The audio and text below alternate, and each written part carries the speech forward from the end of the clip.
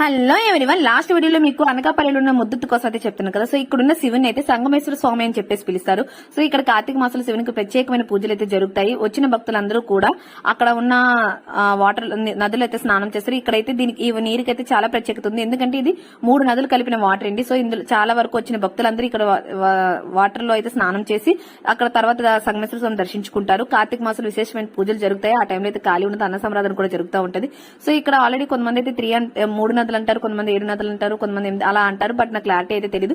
But ఇదైతే ఒక నదికి సంబంధించిన వాటర్ అయితే చాలా నదులకు సంబంధించిన వాటర్ అయితే ఉంది. సో మీరు ఇందులో కూడా తిరగొచ్చు. ఈ నదిలో కూడా తిప్పమని తిప్పుతారు. అక్కడ వాళ్ళు ఇసుక తీసుకునే వాళ్ళు అయితే ఉంటారు. వాళ్ళు ఎక్కించుకునే ఒక తెప్పలా ఉంటుంది, దాని మీద అయితే తిప్పుతారు. ఐరన్ దండి అది. సో వాళ్ళైతే మనకి ఒక్కొక్క మనిషి 50 రూపీస్ 70 రూపీస్ అలా చార్జ్ చేస్తారు. మనుషులు బట్టి డిపెండ్ అయి ఉంటుంది. వాళ్ళు ఇక్కడ రొయ్యలు చేపలు అలాంటివి కూడా పట్టుకుంటూ ఉంటారు. సో మీరు ఖచ్చితంగా అయితే విజిట్ చేయండి, బాగా ఎంజాయ్ చేస్తారు. డెఫినెట్లీ అయితే ఈ ప్లేస్ కి వెళ్ళండి. ఇలాంటి ప్లేసెస్ కోసం మీకు ఇంకా తెలియాలంటే మాత్రం ప్లీజ్ మా ఛానల్ సబ్స్క్రైబ్ చేసుకోండి, లైక్